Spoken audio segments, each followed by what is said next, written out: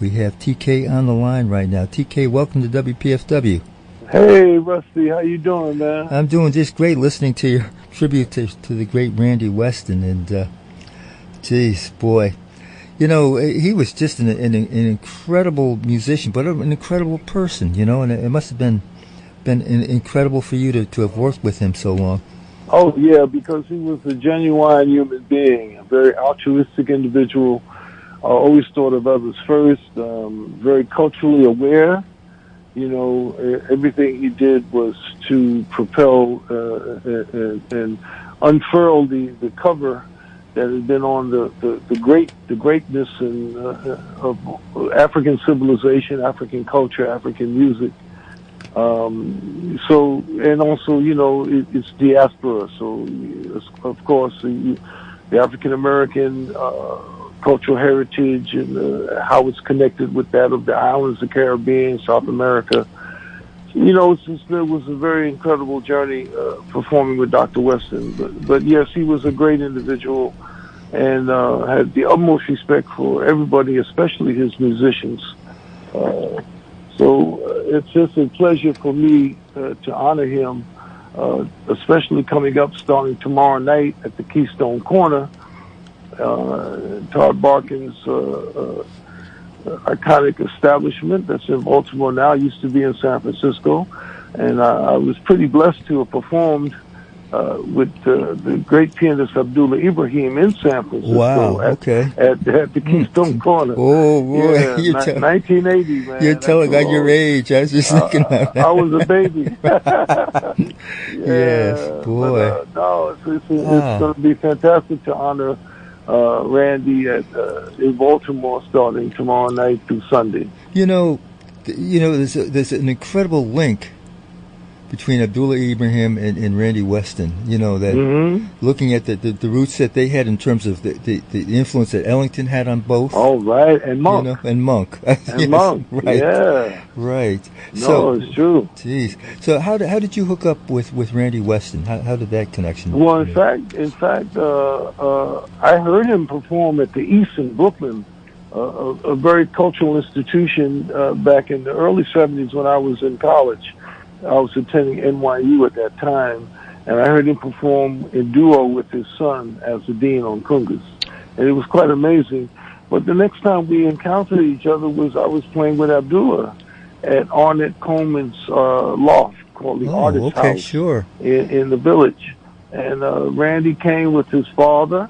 He had his father in the wheelchair, and his agent at the time, Colette, and they came to hear us perform. And then after that, I went to see Randy playing. I asked him, could I sit in? He said, sure, get your horn. And the rest is history. You know? Wow. Yeah. Boy, that's and his ensemble, you know, lasted for decades, and you know, it was people I knew, you know, who had their own groups like Billy Harper and Benny Powell, but they always were with Randy whenever he was playing. Oh yeah, somewhere. Yeah. You know, they enjoyed playing together. It's like you know, a lot of great groups. Look, you got the Cookers coming into the Keystone. Absolutely, pretty soon. 2 weeks. It's a group of all stars. So absolutely, they enjoy playing with each other. You know, so and again, Alex Blake and Neil Clark both with Randy all those years that you were with him.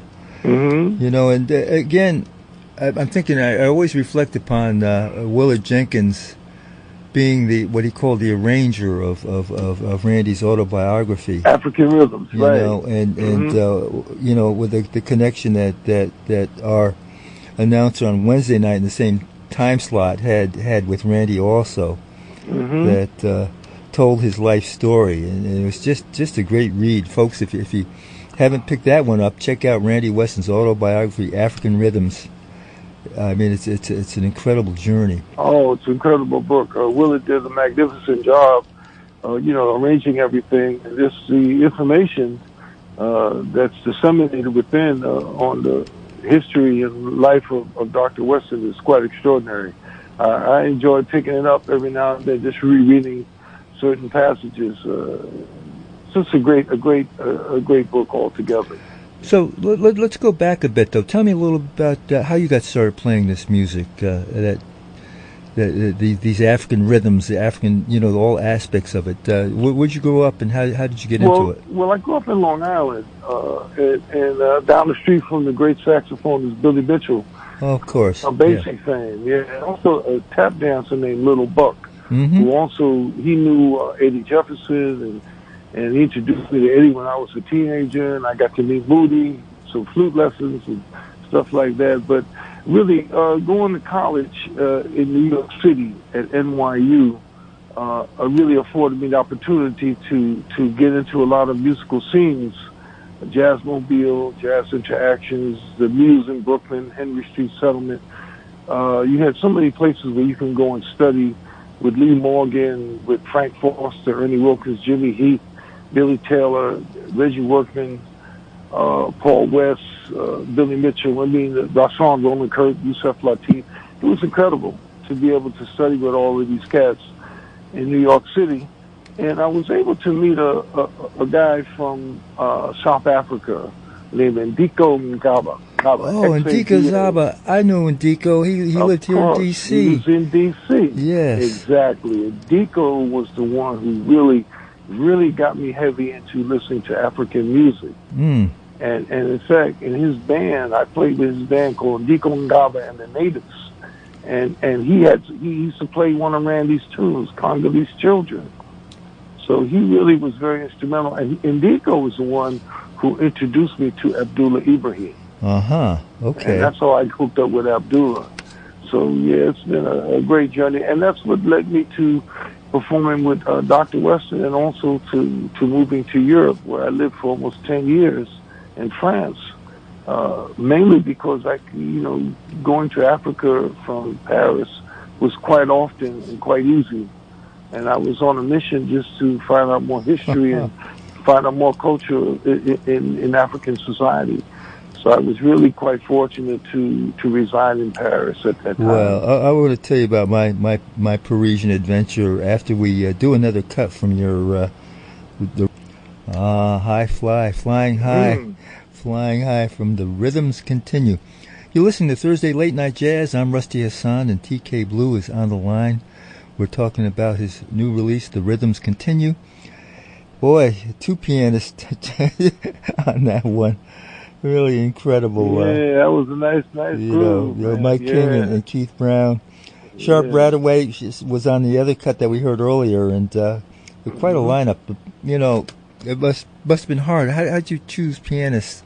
Well, I just wanted to just have somebody, as well as people like Rodney Kendrick.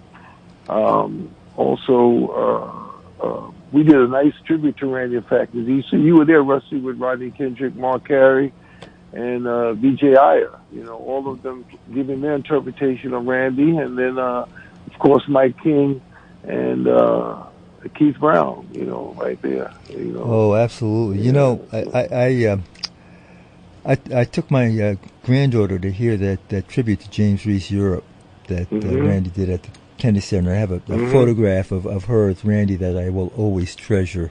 Being backstage, and getting her into the music. Right, that's beautiful. So it was quite a run that he had, and this tribute that you have is really appropriate. So this weekend, starting tomorrow night, you have another ensemble working with you and Billy Harper. Tell us about who's going to be playing with you. A colleague of mine.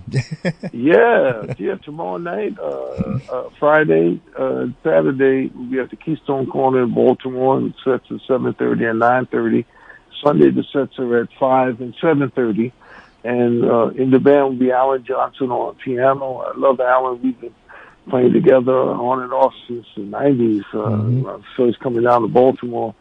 And Eric Kennedy on the drums, another swinging drummer, and a great bass player, Herman Burney.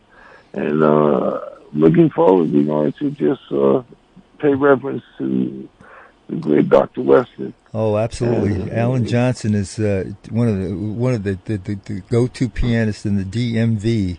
That's not the Department of Motor Vehicles. That's the District, Maryland, and Virginia. Right. And Alan heads up the jazz program at the University of the District of Columbia, where I've been teaching jazz history until COVID hit us. How have you been surviving this past year of the pandemic? Well, I've been pretty fortunate. My wife and I, we stay very, very safe and vigilant. I've been able to exercise quite a bit because, I'm an avid bike rider, and I live right near Liberty State Park in Jersey City. Okay. So I'm able to do a 14-mile bike ride, get exercise, get fresh air, and compose and practice quite a bit, and just delve into the music. And quite fortunately, I've been also able to do a few outdoor performances, a lot of Zoom, teaching and lectures, things like that. I just did one on Paul Robeson back in April for his birthday, April 9th. Mm-hmm. And so it's in a way I count my blessings. It's been and able to extend my studies more with the piano being stationary at home quite a bit. So I took advantage, like I think most musicians probably have as well, to be able to practice and compose, and also deal with the social issues that have been unraveling before us, in the last year, Oh, it's been just incredible. It really, it's like it feels like it's approaching a civil war here. The way things are, exactly. The denial, the lies. Everything. So the music, the music is it's healing, but it's also uplifting, and it's also it's to put into the universe to could I say, redirect the negative energy and turn it into something positive, Absolutely, absolutely. Well, we call this your jazz and justice station because our talk shows, our political affairs shows are all giving the alternative that you don't hear in the mainstream media. We cover the Palestinian struggle in a way that's not being covered elsewhere. Mm-hmm. Right. And so it's really an important alternative, which is why you, the listener, should support our station. And as I mentioned earlier, if you call in now during my show and pledge at least $89.30, you can get a copy of The Rhythms Continue, TK Blues tribute to Randy Weston. Mm-hmm. And to support the station. We're doing well with our drive so far during my show, but I have queued up the other album you sent me called Amour, and you mentioned it about living in Paris. Mm-hmm. And what years were you in Paris anyway? I was I arrived there the winter of 1981. Okay. And in fact, I remember catching the master with Marcellus with Art Blakey. He was still with Art Blakey. Oh, yes. At that time, they performed at the New Morning. Gosh. I remember catching them at the New Morning. Wow. And then in July of '82, I started touring with Dr. Weston. And I remember we even opened for one of Wynton's performances at San Sebastian, Spain.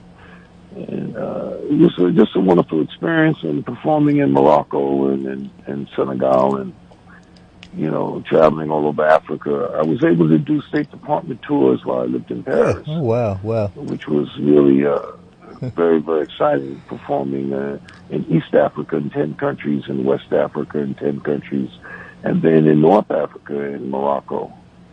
So, wow. Well, I had an incredibly not too brief experience in Paris, but it was about 21, 22 years earlier before you were there. Mm-hmm. It's fascinating.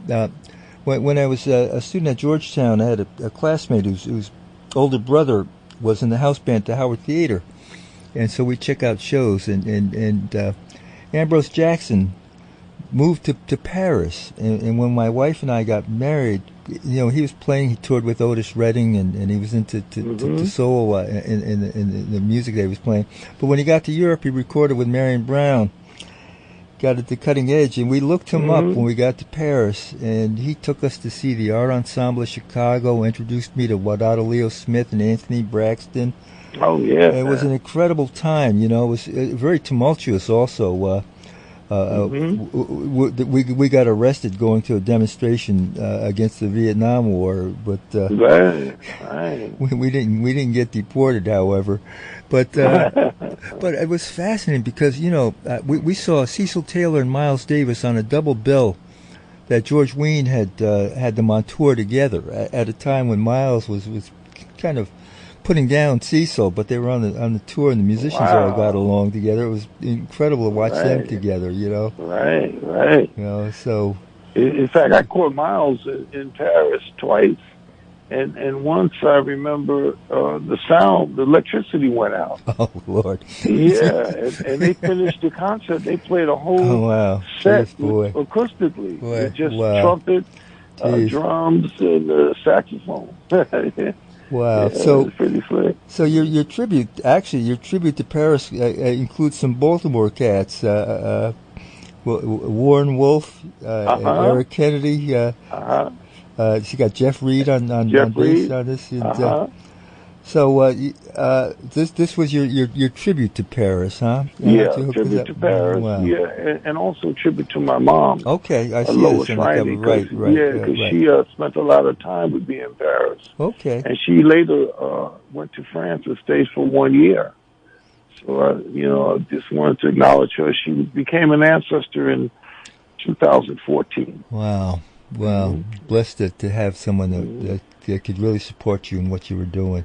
No doubt. As your other father, as Randy Weston did so many years. That's right. Again, Keystone Corner in Baltimore. If you go to KeystoneCornerBaltimore.com for information on getting tickets to the program. Todd Barkin has been wonderful keeping the club open during this pandemic year, doing streaming and now that things are loosening up, it's going to be great. And if you got your shots, you know, you can go anywhere now without worrying about the masks and stuff. They said today, so there's no excuse not to hear you up at Keystone Corner. But let's hear this from Amour, your Parisian memoir. Okay, TK, thanks for calling in tonight. It's been a delight talking with you. Thank you, Rusty. It's been wonderful. Be catching up with bless you. Good. Thank you so much. I don't know if I can make it up or not, but I'm going to give it a shot. We'll talk later, man. And thanks again. Okay, Rusty. Thank you. TK Blue up at Keystone Corner in Baltimore, and here's from his album Amour, Parisian Memoir.